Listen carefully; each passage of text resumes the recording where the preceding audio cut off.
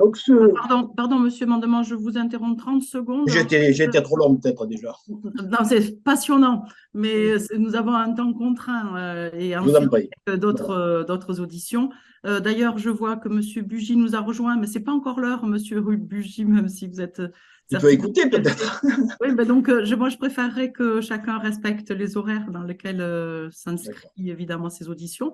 Donc, si vous pouviez nous quitter pour nous retrouver tout à l'heure. Et puis, comme je l'avais dit en tout début de visio, comme nous avons privilégié la visio pour éviter les déplacements et la sobriété, c'est quelque chose d'important, mais à tout le moins, il paraît essentiel que chacun puisse ouvrir sa caméra. Et donc, j'avais demandé à Madame Firmin Lemodo de le faire, mais elle n'a peut-être pas vu le message que j'ai envoyé, de façon à ce que chacun et chacune puisse être en visibilité et nos CRS également, parce que ce sont des auditions publiques. Et donc, c'est important que le public puisse voir évidemment les personnes qui participent. Merci beaucoup. Alors, je prends juste la parole une seconde parce que Madame Firmin-Levaudot a dû s'absenter et donc j'ai coupé la caméra parce que je ne suis pas Madame Firmin-Levaudot comme vous le voyez. Bonjour, bonjour. Je suis sa collaboratrice. Bonjour, C'est excusez-moi. pas de problème, c'est vous qui suivez la visio, il n'y a aucun Donc, problème. je suis, mais du coup, enfin, je veux bien me mettre en visio, mais Oui, bon, mais voilà. non, mais il y a pas de souci. Voilà, mais on reste avec la visio, il n'y a pas de souci. Merci beaucoup. Enfin, Donc, voilà, il faut un petit peu reprendre pour, non, pour il y a pas de qu'on souci. puisse, Ouais. pour qu'on puisse après Allez-y laisser pour ce les fondement, questions, quoi. Voilà. mais le plus complet vous êtes et comme vous l'êtes, le moins de questions vous aurez, donc c'est parfait. Non, je suis tout à C'est fait pas prêt à sûr, c'est répondre pas aux sûr, questions. ce n'est pas sûr. C'est pas l'objectif. Non, très concrètement, et ça répond là également à une interrogation initiale que vous avez eue, Madame Arrigui, c'est la question du rôle de l'État. Il faut être très clair. L'État n'a jamais considéré, en tout cas jusqu'à ces dernières années, le sud du temps dans les conditions de ce qu'il représentait vraiment dans le champ économique. Euh, Ce qui a toujours été vécu par les habitants du sud du temps comme étant une injustice. Euh, Chaque fois que je rencontrais à la délégation d'aménagement du territoire Jean-Pierre Pigou, à l'époque qui était le Tatar, je lui disais, ça le faisait sourire, je lui disais, chaque fois que je rencontre un interlocuteur de quelque niveau que ce soit au niveau ministériel, je dois passer un quart d'heure à lui expliquer où est Castres. Je dirais aujourd'hui, avec l'autoroute A69, on en sait un peu plus. Maintenant, on connaît Castres avec le Castres Olympique, avec Pierre Fabre et avec l'autoroute A69 notamment. Mais c'était révélateur sur l'agenda des postes. Je m'amuse souvent à employer cette formule. Castres, c'était petit tout. C'était comme Mirepoix, c'était comme Florac. On connaissait les préfectures qui étaient grosses, avec un gros rond sur la carte de l'agenda des postes. Et au niveau de la direction centrale de l'équipement, c'était bien ça. Et puis, ben, les villes sous préfecture étaient des villes qui étaient considérées de manière secondaire. Et donc, il y avait un enjeu de justice, d'équité et d'aménagement du territoire qui n'était pas bien pris en compte. Et lorsque cette question a été fondamentalement posée, probablement trop tardivement par les acteurs du Sud du Tarn, mais bien réellement ensuite, eh bien, il a fallu se tourner vers l'État. Et c'était le moment où l'État commençait à devenir impécunieux, n'avait plus assez d'argent pour mettre sur les routes nationales, n'envisageait qu'une chose, c'était de se débarrasser des routes nationales, ce qu'il a fait d'ailleurs quotidiennement, puisqu'aujourd'hui, il n'y a plus qu'une seule route nationale qui dessert Castres, c'est la route nationale 126. C'est-à-dire qu'on a fait pour les routes nationales exactement comme on avait fait pour les voies de chemin de fer. Et ce rôle de l'État, il a abouti finalement une situation ambiguë dans laquelle les ministres, répondant à de nombreuses interrogations de parlementaires, j'en ai envoyé quelques-unes, celle d'Eugène Boyer, sénateur de la Haute-Garonne en 1988, celle de Louis Brive, sénateur maire de Cuc-Toulouse en 1990, les remarques de la Cour des comptes en 1990,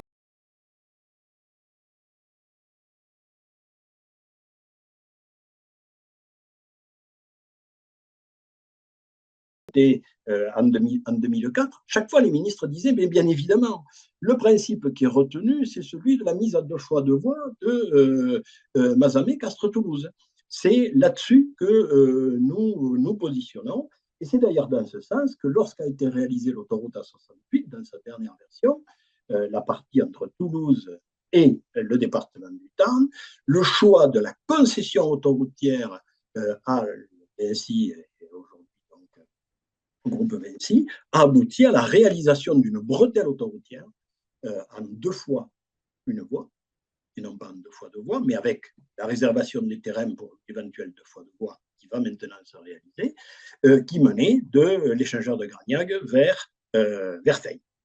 Donc l'État a lui-même arbitré en disant, ben, finalement, la route que nous retenons, et c'est ce qui était ressorti des travaux de l'avant-projet sommaire d'itinéraire de 1994, de la décision finale de la PSI, c'est de dire, on ira, nous, État, de Toulouse à Castres, de Castres à Toulouse, en transitant par la sortie autoroutière en direction d'Albi, on tournera à droite en direction de Versailles, et on ira ensuite vers Cadix et vers Castres. Avec là, plusieurs difficultés. C'est qu'au moment où je suis maire, on parle d'une autoroute concédée, on parle d'une route nationale jusqu'à Morez-Copon, et on parle de route départementale entre Morez-Copon et Versailles. Cette route a d'ailleurs une trajectoire assez originale que je décris avec ma main, puisqu'elle transite de part et d'autre de la frontière, excusez ce mot, de la limite des 2 départements du Tarn et de la Haute-Garonne. RD20, RD42.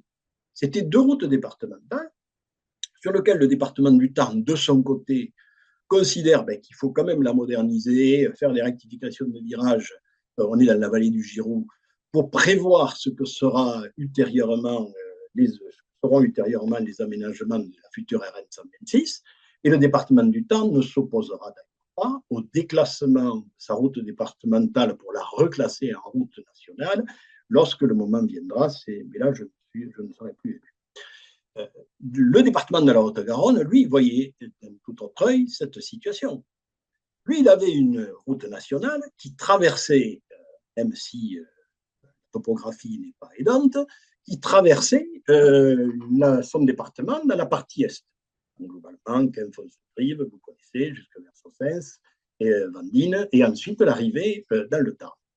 Cette route nationale, le département de la Haute-Garonne considérait que ça lui suffisait pour desservir ses habitants et ne voyait pas trop d'intérêt à la déclasser pour en faire une route départementale qui allait lui revenir à sa charge.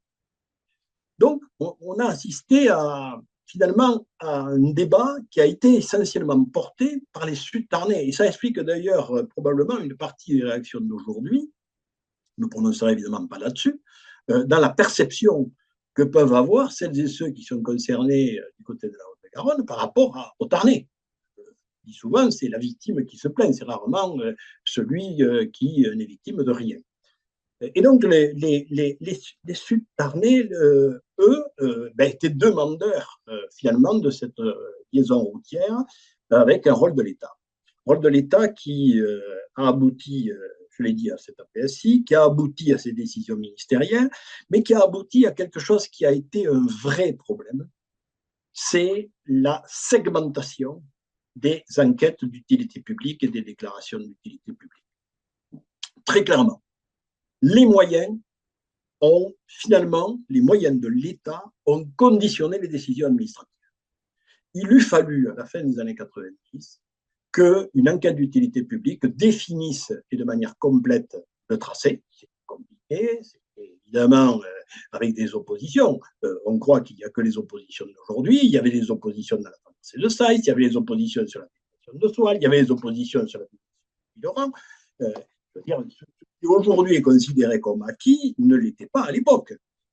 Et de fait, parce que même débat, alors dans le cas de Puylaurent, c'était assez amusant quand on relit des revues de presse ou des comptes rendus, parce que Puylaurent, il disait, mais ça va nous supprimer du passage commercial dans la commune. C'est à peu près le débat de l'époque. Et effectivement, il voulait une déviation qui se fasse le plus tard possible. En tout cas, certains. La question des financements est évidemment arrivée, avec, au fil du temps, une intervention de l'État qui n'a cessé de décroître. Et de ce point de vue, la déviation de Puylaurent est emblématique de ce qui s'est passé. Je fais partie de ceux qui négocient avec Martin Malvy et avec, évidemment, les représentants du gouvernement, de l'État, le préfet de la région de l'époque, le contrat de plan. moi, au niveau évidemment du petit territoire du sud du Tarn, et avec la multiplicité énorme des projets qui avaient à gérer en matière routière. Et à un moment où l'État dit, ben finalement, moi, je vais plutôt mettre de l'argent sur le ferroviaire et j'en mettrai de moins en moins sur les routes. Donc, quand on est confronté à ça, où on ne bouge pas, où on réagit, nous avons réagi. Et cette réaction, elle a été importante et elle a donné lieu, en 1999, à beaucoup de choses. Elle a donné lieu d'abord à une réaction collective. Et c'était très important de hiérarchisation des voies. Je disais tout à l'heure que chacun avait la sienne pour aller à Toulouse, ou chacun avait la sienne pour aller qui vers le nord, qui vers le sud. À un moment donné, il a bien fallu prendre le mort aux dents et dire qu'il va falloir prioriser en vue du contrat de plan, du prochain contrat de plan, celui de 2026, il faudra prioriser les routes. Et si on priorise les routes, il faut dire quelles on priorise. Donc, on a organisé une succession de rassemblements, puis finalement, on a décidé, adopté par le comité de bassin, puis ensuite par les conseils municipaux, c'est assez original, de voir qu'on a une démarche qui était finalement une démarche associative, qui s'est en quelque sorte imposée, ou en tout cas qui a été appropriée par les différents conseils municipaux, y compris le conseil départemental, le conseil général à l'époque, pour dire nous adoptons une charte pour le désenclavement. Cette charte pour le désenclavement hiérarchise les routes, et pour faire simple, elle met en première position la liaison entre Castres et Toulouse, et en deuxième position le financement des rocades de Castres. Donc, on va aller négocier. Puis, on fait nos calculs et on regarde ce qui s'est passé dans les différents contrats de plan.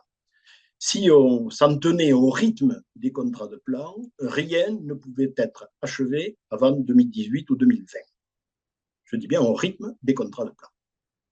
À l'époque, on était optimiste par rapport à aujourd'hui, rien ne pouvait être achevé. Donc, notre débat a porté sur la nécessité d'un plan de rattrapage. Et on a commencé à bouger collectivement au point qu'en avril 1999, nous sommes allés manifester à Toulouse. Cette manifestation avec 300 véhicules, dont une bonne centaine de camions venant du granit, venant du textile, venant des transporteurs, a été menée et pratiquement un millier de personnes accompagnant ces 300 véhicules ont manifesté dans Toulouse le 26 avril 1999. Je vous le montre, parce que on le voit bien.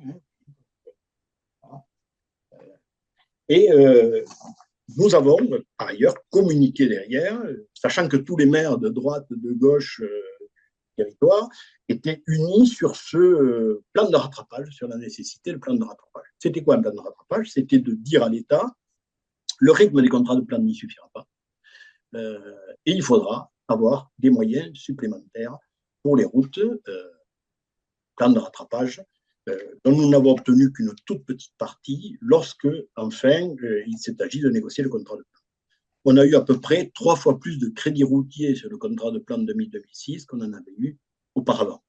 Mais on avait de quoi faire la déviation de Puylaurens, la rocade nord-ouest de Castres, l'entrée ouest de Castres, il était prévu à ce contrat de plan, et cette entrée ouest de Castres, avec en gros 60 à 70 millions de francs, c'est même plus que ça à l'époque, devait finalement amorcer ce qui allait être la future 2 fois 2 voies entre Castres et Toulouse. Mais nous étions, et j'insiste là-dessus et ça répond à une de vos interrogations, nous étions sur une logique de route à 2 fois 2 voies en maîtrise d'ouvrage public. Notre position a toujours été celle-là. Il y avait, et je pense que le président Garcenac pourra y répondre si vous l'interrogez là-dessus tout à l'heure, il y a eu en 1988 ministre de l'équipement et des transports que nos amis lotois connaissent bien, qui s'appelait Maurice Faure. Maurice Faure, qui était ancien président du Conseil général du Lot, qui était un ami de longue date de François Mitterrand, avait évidemment un attachement particulier à sa région. Et c'est lui qui a finalement mis en œuvre le plan autoroutier conduisant à un certain nombre de concessions. Et je pense notamment à la liaison entre Toulouse et Cahors, et ensuite sa prolongation vers Brive. Je pense évidemment à la liaison entre Toulouse, Saint-Gaudens, Tarbes, avec la portion d'autoroute A64 qui terminée. Je rappelle que l'autoroute A64. Pardon,